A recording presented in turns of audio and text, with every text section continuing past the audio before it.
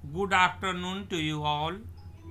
Today we are going to discuss pharmacokinetics part 3, topic being excretion of xenobiotics, dosing schedules and therapeutic drug monitoring. First part, elimination or excretion of drugs. Excretion is the process of elimination or removal of drugs or its metabolites from the body. The major routes of drug excretion are renal, biliary, fecal and alveolar. Other minor routes of drug excretion are milk, skin, hair, sweat and saliva. Renal excretion, first point. Kidney is the most important organ for elimination of free, protein, non-bound, polar, non-lipophilic, water-soluble drugs. It includes three processes: glomerular filtration first, second being active tubular secretion, and third being mainly tubular reabsorption. Now coming to this diagram, which depicts renal excretion of drugs, showing three main processes: glomerular filtration, active tubular secretion, and third passive tubular reabsorption of drugs. First coming to the glomerular filtration at the glomerulus level, look in the diagram. Plasma protein bound drug as well as free drug reaches through afferent arteriole, and at the glomerulus level only free drug is allowed to filter into the lumen of proximal tubule, while plasma protein bound drug passes through efferent arteriole. Factors which modify this glomerular filtration are protein binding of drugs, molecular size of the drug. Rate of filtration is inversely proportional to molecular size of the drug particles. Renal perfusion is directly proportional to glomerular filtration. Now coming to the next point, active secretion of drugs into the proximal tubular lumen from peritubular capillary plexus. Acidic drugs like penicillin, probenecid, indomethacin, methotrexate and uric acid are secreted into the proximal tubular lumen. Some basic drugs are also actively secreted at this level. These drugs are morphine, quinidine, procaine, quinine, neostigmine, dopamine, histamine, serotonin, etc. Then drugs pass from proximal tubule through loop of Henle and distal tubule to reach collecting duct. At this collecting duct level, passive reabsorption of lipid-soluble unionized drugs occur. Examples being acidic drugs like barbiturates, sulfonamides in alkaline urine, and basic drugs like morphine, amphetamine usually not reabsorbed because in the acidic urine pH they remains in ionized forms. So for their reabsorption at collecting duct level, urine must be acidified by giving vitamin C and ammonium chloride like drugs. Strongly acidic and strongly basic drugs like aminoglycosides usually remain in ionized form at all pH range, so their reabsorption is very poor, so they are excreted in urine. Excretion of drugs, that is biliary excretion with enterohepatic circulation. Examples of drugs are bilirubin, quinine, colchicine, D-tubocurarine, corticosteroids, and erythromycin. Drugs secreted through bile and reaches the intestine, from where it is reabsorbed back into the enterohepatic circulation and through portal circulation reaches the liver. So, in this way, enterohepatic cycle is repeated. Other drugs undergoing biliary excretion are digitoxin, vitamin D3, indomethacin, thyroxine, tetracycline, morphine, chloramphenicol, phenolphthalein. Look at this diagram showing enterohepatic cycling and fecal excretion of drugs. After oral intake, drug like digitoxin reaches the gut, from where after absorption through portal circulation they reaches the liver, where it has two fates. First being glucuronidation of the drug to form water-soluble conjugate drug glucuronide complex, which through common bile duct again reaches the gut, and here they are deconjugated by the bacterial deconjugases, and again it has two fates at this site. Fecal excretion of the drug and again reabsorption of this drug occurs, which through portal circulation again reaches the liver to repeat the cycle. Some of the glucuronide conjugate of drug reaches the kidney through systemic circulation, from where renal excretion of conjugate form of drugs also occurs.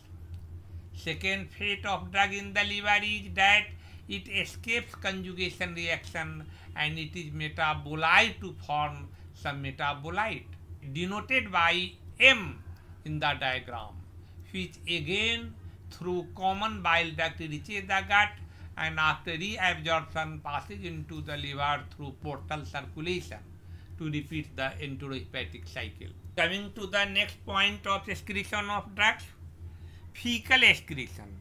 Drugs having fecal excretions, examples being magnesium sulfate, streptomycin, neomycin, bacitracin, cholestyramine, erythromycin, and corticosteroids.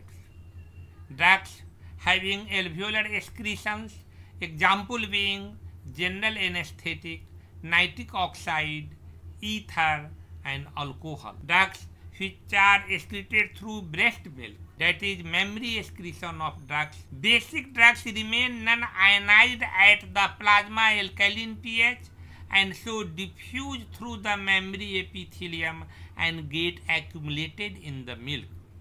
Once diffused into the milk, they cannot be reabsorbed back to the plasma because of acidic pH of milk. They remain in ionized form. Examples of drugs which are excreted through breast milk are chloramphenicol, tetracycline, erythromycin, morphine, metronidazole, corticosteroids, bromocriptine, oral warfarin, diazepam, antihistaminics, senna alkaloids, ethanol, and urea. Here this diagram is showing mammary excretion of drugs. pH of breast milk is 6.6, whereas that of plasma is 7.4. So weak basage remains in the plasma in non-ionized form. So they are easily secreted through the mammary epithelium into the milk, where it becomes in ionized form due to acidic pH of the breast milk. So reabsorption of this ionized form into the plasma is very poor, shown in this diagram by fine arrow. Weak acids, which usually remains in ionized form in the plasma, are poorly secreted into the breast milk, where it becomes non-ionized in acidic pH of the breast milk. So in this non-ionized form, they are fastly reabsorbed back to the plasma. Now coming to the excretion through skin. Examples of drugs being griseofulvin, excreted through keratin of skin. Hair follicles, examples being mercury, iodine, potassium iodide, lithium, and phenytoin. Excretion through sweat, example being urea. Now coming to the different pharmacokinetic parameters. There are four important pharmacokinetic parameters: bioavailability, volume of distribution, plasma half-life, and clearance. Out of four, first two parameters, bioavailability and apparent volume of distribution, have already been discussed in the previous classes. Here we will discuss plasma half-life and clearance. Coming to the plasma half-life denoted by T-half, it is the time duration in which the plasma concentration of the drug falls by 50% of the earlier value. Coming to the next point, biological effect half-life. It is the time duration in which the principal pharmacological effects of the drug declines by half. Clinical importance of plasma half-life. It determines the duration of drug action. It determines the frequency of drug administration. Estimate the time required to reach the steady state plasma concentration. At steady state, the amount of drug administered is equal to the amount of drug eliminated in the dose interval. 4 to 5 half-life times is usually required to reach the steady plasma concentration state of the drug. And next importance is to calculate the loading and maintenance dose of the drug. Next point is clearance of drugs, also known as elimination of drugs. Clearance, it is defined as the that fraction of the apparent volume of distribution from which the drug is removed in unit time. It is denoted by CL, and CL is equal to rate of administration divided by plasma concentration of the drug. It is expressed as milliliter per liter per unit time.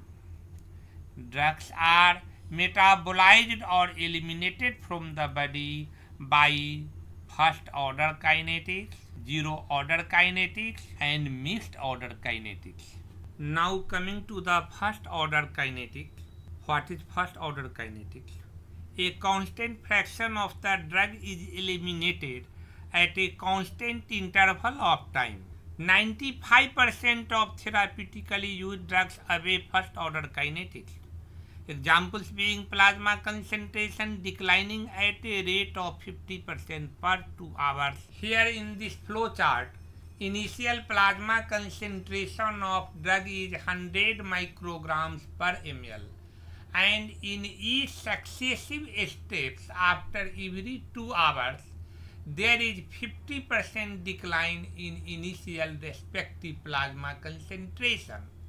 So, in 6 such steps of half-life, about 98.5% of drugs have been excreted. So, half-life 2 hours is constant irrespective of any plasma concentration. Now coming to the next point, the rate of drug elimination is directly proportional to the plasma concentration. Examples, higher plasma concentration would also decline at the rate of 50% per 2 hours. Here in this flow chart, initial plasma concentration of drug is 200 micrograms per ml, and in each successive steps after every 2 hours there is 50% decline in initial respective plasma concentrations. And to attain 3.1 to 5 microgram per ml plasma concentration, 6 steps or half-lives are required, which is one half-life step more than previous flow chart where starting plasma concentration was 100 micrograms per ml and 5 half-lives were required to attain plasma concentration of 3.1 to 5 microgram per ml. So, half-life of any drug following first order kinetics always remain constant irrespective of the dose. Look at this diagram. The half-life is constant shown in the diagram B as a straight line. Irrespective of any dose, half-life is constant. And in the diagram A, it has been shown that half-lives are always constant, and this is 2 hours, 0 to 2, 2 to 4 and 4 to 6. So the areas of the each respective rectangle is constant. Coming to the next point, plasma concentration fallout curve on arithmetic scale is curvilinear, but logarithm of plasma concentration fallout curve remains linear. Look at this diagram. Plasma concentration fallout curve is shown, and the curve is curvilinear as shown in diagram A, while it is linear as shown in diagram B. Now coming to next diagram, in which plasma concentration dose curve has been shown of the drugs obeying first order kinetics. In this diagram A, it is curvilinear, while in diagram B, logarithm of plasma concentration and dose curve has been shown, and here the curve is linear. Now coming to the next point, after a single dose, about 97% of the drugs get eliminated after 5 half-life intervals. Here in this flow chart, initial plasma concentration of drug is 100 microgram per ml, and to attain plasma concentration of 3.1 to 5 microgram per ml, 5 half-life intervals are required as shown in this flow diagram. Now coming to the next diagram, in which steady state plasma concentration obtained after 5 half-lives has been shown, and plasma concentration arising from steady state level range, toxic effects of the drugs occurs. If a fixed dose of the drug is administered at each half-life, 5 half-lives would be needed to achieve about 97% of plasma concentration as shown in this diagram. Now coming to the next point, if a fixed dose of the drug is administered at each half-life, 5 half-lives would be needed to achieve 97% of plasma concentration. Coming to the next point, if dose of the drug obeying first order kinetics of elimination is doubled, its duration of action is prolonged by 1 more half-life.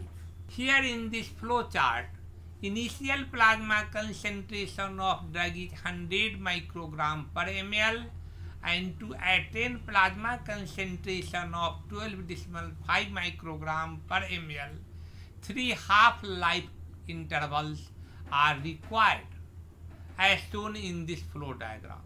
But when the initial plasma concentration is doubled, that is 200 micrograms per ml, then to attain plasma concentration of 12.5 microgram per ml, 4 half-life intervals are required as shown in this flow diagram. And also on comparing these two flow diagrams, 1 more half-life time interval is required in the second flow diagram. Now coming to the next point, the log plasma concentration fallout curve of a drug having high apparent volume of distribution and obeying first order kinetics of elimination shows two slopes, an initial rapidly declining phase due to distribution called alpha phase and later linearly declining phase due to elimination called beta phase. So these drugs show two different half-lives, distribution half-life and elimination half-life. Look at this diagram. Here log plasma concentration time relation curve has been shown. When a drug has been given intravenously to achieve 10% bioavailability, here in this diagram there is a rapid vertical decline of plasma concentration followed by linearly gradual declining of plasma concentration. Fast decline is due to fast distribution of drugs called alpha phase, while slow decline called beta phase is due to elimination of drugs from the body. So theoretically, according to this diagram, there are two half-lives, namely distribution half-life of alpha phase and elimination half-life of beta phase. Now coming to the next topic, zero order kinetics. A constant or fixed quantity of the drug is eliminated or absorbed per unit time. Example, plasma concentration declining at a fixed rate of 25 microgram per hour instead of 25% as in first order kinetics. Example of drug being ethyl alcohol. Here in this flow chart, initial plasma concentration of drug is 50 microgram per ml, and after every 1 hour interval there is a fixed decline of 25 microgram, and in the diagram after first half-life of 1 hour 25 microgram per liter of plasma concentration is attained, which is 50% less than the initial plasma concentration of 50 micrograms per ml. But after second step of 1 hour, plasma concentration becomes 0 from 25 micrograms per ml after a fixed decline of 25 micrograms per hour. So in the second step, half-life of the drug is not 1 hour, because in order to have half-life of 1 hour, respective initial plasma concentration of 25 microgram per ml should have declined to 12.5 microgram per ml in contrast to 0 as shown in this diagram. Now coming to the next point, rate of elimination is fixed independent of the plasma concentration of the drug, which are obeying zero order kinetics.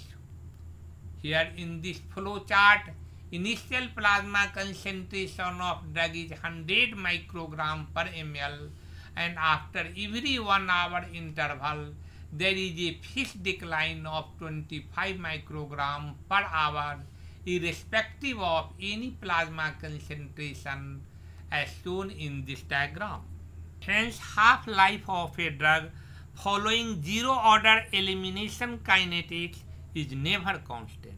Next point, plasma concentration fallout curve is linear, but log plasma fallout curve becomes curvilinear. Look at this diagram showing graph between half-life and dose relationship of a drug obeying zero order kinetics. As the graph shows, half-life denoted by T half is gradually increasing in a sustained manner in contrast to half-life of first order kinetics, in which graph is linear and parallel to base representing dose of the drug. Here in this above diagram, plasma concentration time fallout curves of drugs obeying zero order kinetics are shown. Here diagram A shows linear curve, while in diagram B log plasma concentration time relationship has been shown and the curve is curvilinear. Now coming to the lower diagram showing plasma concentration dose relationship curve in zero order kinetics. Diagram A representing plasma concentration dose relationship shows a linear curve, whereas log plasma concentration dose relationship as shown in graph B shows curvilinear curve. Note and compare that plasma concentration time and plasma concentration dose as well as log plasma concentration time and log plasma concentration dose shows linear and curvilinear curves, but their orientation is different from each other. Now coming to the next topic, Michaelis-Menten kinetics or mixed order kinetics, also known as saturation kinetics or dose dependent kinetics. Some drugs like phenytoin, digoxin, warfarin, decumarol, tolbutamide and aspirin follow first order kinetics at a smaller dosage, but at higher dosage they follow zero order kinetics due to saturation of metabolic enzymes or the elimination processes.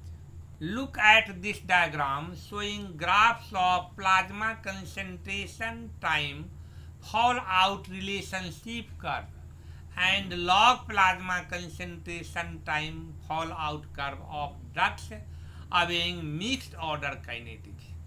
In diagram A, when plasma concentration is high, the drug shows zero order kinetics either due to saturation of elimination process or saturation of enzyme metabolizing drugs.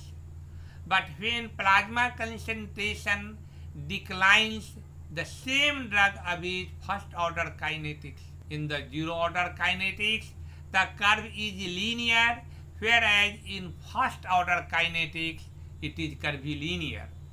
In the diagram B, at higher plasma concentration, drug again obeys zero order kinetics and forms curvilinear curve, while at lower plasma concentration, elimination is of first order kinetics and the curve is linear. Again in this diagram, plasma concentration dose relationship curve has been shown in figure A and log plasma concentration dose relationship curve as shown in diagram B. We notice that at higher plasma concentrations as shown in both diagrams, drugs obey zero order kinetics, while at lower concentrations drugs obey first order kinetics, and the curve is linear and curvilinear as shown in diagram A, as well as curvilinear and linear in zero order and first order kinetics respectively as shown in diagram B. Now coming to the next important topic, steady state plasma concentration of drugs denoted by CPSS. If a drug is administered repeatedly at short intervals before complete elimination, the drug accumulates in the body and reaches a state at which the rate of elimination equals the rate of administration. This is known as steady state or plateau level. Usually it takes 4 to 5 half-lives for the plasma concentration to reach the steady state. So, a drug having half-life of 12, 24 and more than 24 hours, several days are required to attain steady state plasma concentration. Steady state plasma concentration is given by the formula CPSS is equal to dose rate divided by clearance. Now coming to the next point, loading dose.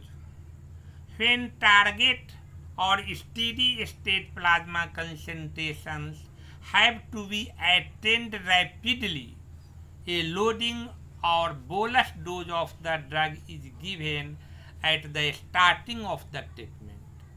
A loading dose is a single large dose or a series of quickly repeated doses given to rapidly attain target plasma concentration. Example, heparin is given as 5000 international units bolus dose to attain target concentration, then maintenance dose is followed. Drugs with large apparent volume of distribution, example being chloroquine, and drugs with long half-life, example being digitoxin, need a long time to attain steady state plasma concentration. So a loading dose is required. Loading dose is equal to required plasma concentration of a drug multiplied by volume of distribution whole divided by bioavailability of the drug. Now come to this diagram which shows loading dose of a drug to attain steady state plasma concentration rapidly. Two graphs has been shown in this diagram, graph A and graph B. Graph A, steady state plasma concentrations rapidly attained after a loading dose and then maintained by administering maintenance dosage. In graph B, steady state levels being achieved in a regular course after repetitive dosage. Now coming to the next point, dosing schedules of a drug. Frequency of dosing of drugs depends upon respective half-life of the drugs. Examples, drugs like norepinephrine half-life being 1 to 2 minutes, dopamine half-life being 2 minutes, dobutamine half-life being 2 minutes, and oxytocin having half-life 3 to 5 minutes. All these drugs are given by continuous IV infusion to maintain their steady state plasma concentration because of their very short half-life. Second point, drugs having half-life 30 minutes to 2 hours, examples being cephalexin below 1 hour, paracetamol half-life below up to 2 hours. They are usually given TID or QID. Drugs having half-life 4 to 12 hours are usually given at every half-life intervals. Next, drugs having half-life 12 to 24 hours, they are given twice daily in divided dosage. Drugs having longer half-life due to high apparent volume of distribution, slow rate of elimination have cumulative effect. Examples, digoxin half-life 40 hours, AVD 640 liters, diazepam half-life 40 hours and apparent volume of distribution 50 to 70 liters. Now coming to the next point, fixed dose drug concentration. It means the combination of two different drugs in a single pharmaceutical combination.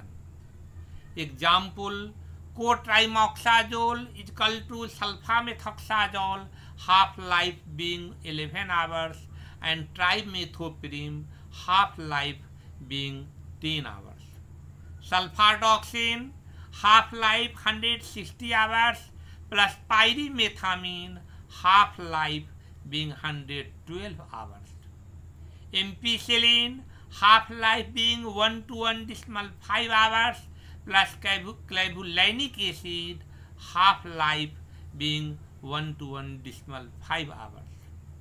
Advantage of fixed dose drug concentration: convenience in dose schedules and better patient compliance. Enhanced effect due to combination. Example, sulfamethoxazole and trimethoprim are bacteriostatic when used alone, but bactericidal when in combination form.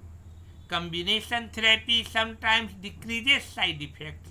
Example, carbidopa and levodopa in the treatment of Parkinson's disease. Disadvantage: dose of component drug cannot be adjusted independently if desired. In some patients, when more than one disease is present, then treatment of different associated diseases cannot be successfully treated by a fixed dose drug combination. Example, iron deficiency anemia and megaloblastic anemia. Iron and vitamin B12 cannot be administered in a fixed dose drug combination. Rather, they are given separately. Now coming to the next topic, therapeutic drug monitoring, TDM. Monitoring drug therapy by measuring plasma concentrations of a drug is known as therapeutic drug monitoring. Indications of therapeutic drug monitoring: drugs with narrow therapeutic index, example being lithium, dioxin, phenytoin, aminoglycosides, etc. Drugs showing wider inter-individual variations, example being tricyclic antidepressant, to ascertain patient compliance, and drugs whose toxicity is increased in the presence of renal failures, example aminoglycosides. Fifth point being to check bioavailability. Now coming to the next point, contraindication of therapeutic drug monitoring. When clinical parameters are available to assess response, examples BP measurement for antihypertensive, blood sugar estimation and selection of antidiabetics, prothrombin time, a partial thromboplastin time, and international normalized ratio INR for anticoagulants. Drugs producing tolerance, example being opioids. Third point, drugs whose effect persists longer than the drug itself, example omeprazole. Fourth point being if TDM is expensive. Now coming to the next points of clinical importance, that is methods of prolonging duration of action of drugs, processes, methods and examples. First, pharmaceutical modifications, which includes oral, parenteral and topical 3 processes. Coming to the oral, drugs given orally, their duration of action can be prolonged by the following methods: sustained release preparation, controlled release preparation, coating with resins, etc. Examples are iron, deriphyllin and diclofenac.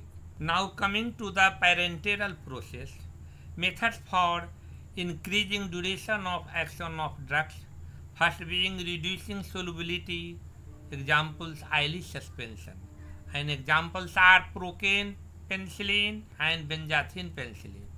Second point, altering particle size of the drugs, examples depot progestins, insulin zinc suspension as large crystals that are slowly absorbed. Third, pellet implantation, of celastic capsules, examples being DOCA and testosterone. Fourth, combining with protein, examples being protamine plus zinc plus insulin. Fifth process, chemical alteration, example being esterification reactions, and examples of drugs are estrogen and testosterone. Coming to the third process, topical methods used for prolonging duration of actions are transdermal adhesive patches, ointments, and occlusats, transmucosal, used in eye. And examples being scopolamine, nitroglycerin, and pilocarpines. Now coming to the pharmacokinetic interventions, there are different processes like absorption, distribution, metabolism, and excretion. Coming to the first process, absorptions, methods used for prolonging duration of action of drugs are reducing vascularity of absorbing surface. Examples are adrenaline plus lignocaine. Distribution method being choosing more protein bound member of the group. Example sulfonamides like sulfa-methoxypyridine. Third, metabolism, inhibiting the metabolizing enzymes cholinesterase. Examples physostigmine prolongs action of acetylcholine by inhibiting the enzyme peptidase in renal tubular cells. Cilastatin prolongs action of imipenem, an antimicrobial. Excretion is the next process and methods being competition for same transport system for renal tubular secretion. Examples, probenecid prolongs the action of penicillin and ampicillin. Thank you to you all.